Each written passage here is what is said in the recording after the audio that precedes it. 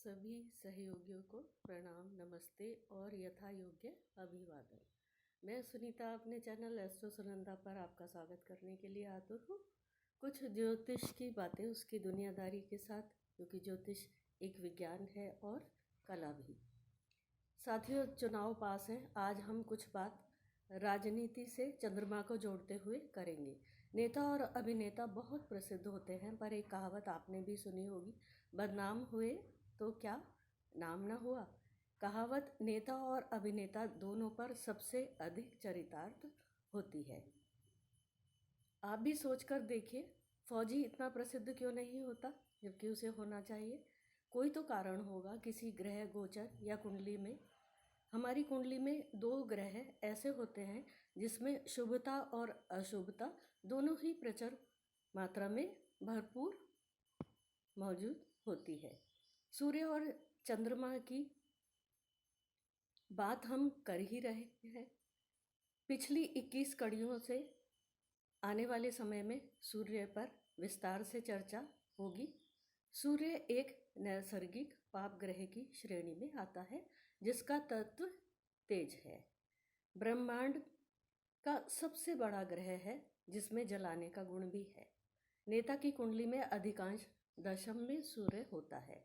जन्म दोपहर के 12 बजे के आसपास का जानिए। चंद्रमा अभिनेता की कुंडली में कार्य करता है। चंद्रमा कलाकारी है सब प्रकार की, वो भी शुक्ल पक्ष का और कृष्ण पक्ष का होता है। उसमें भी दोनों बातें हैं, शुभता और अशुभता। कृष्ण पक्ष में सामान्यता अशुभता, और उसका घर दशम के ठीक सामने चौथा घर है, जिसे जनता का घर भी कहते हैं। यानी सूर्य और चंद्रमा दोनों अपने शुभ और अशुभ दोनों संदर्भों में व्यक्ति को जनता और प्रसिद्धि से जोड़ देते हैं। एक सत्य ये भी है, जो नेता है, जो लेता है वही देता भी है। उसे आप अनेकों उदाहरणों से समझ सकते हैं।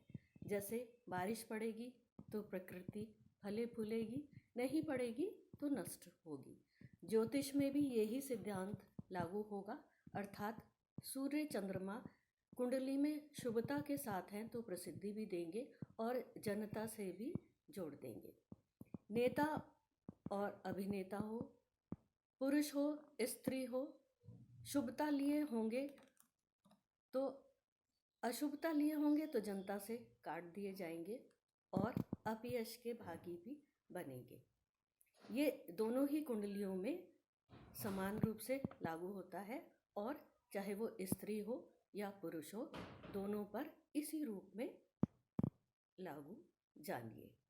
अब हाल ही में घटित हुई एक घटना का जिक्र करें, एक उदाहरण के तौर पर। दुनिया में बुरे न होते तो अच्छे कैसे पूजे जाते, अंधकार न होता तो उजालों की क्या पहचान होती।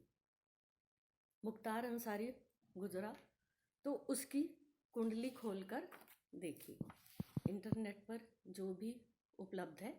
आज की हमारी बातचीत का सटीक उदाहरण है ये कुंडली। तुला लग्न की कुंडली और लग्न में दशम का स्वामी चंद्रमा विराजित। दशम स्थान नेम फ्रेम का और सबसे बलशाली लग्न त्रिकोण में विराजित चंद्रमा प्रसिद्धि की गारंटी।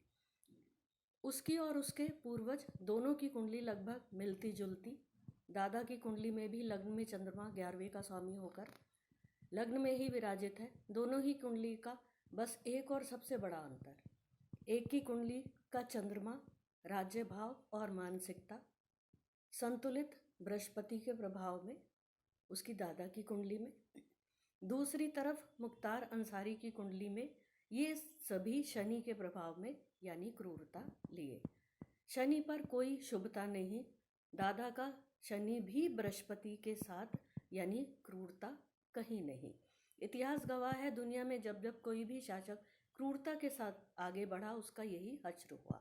आज की बात और वीडियो के समापन में यही आग्रह है, राज्य संभालना कोई आसान कार्य नहीं, पर क्रूरता एक आम निर्दोष नागरिक को न झेलनी पड़े।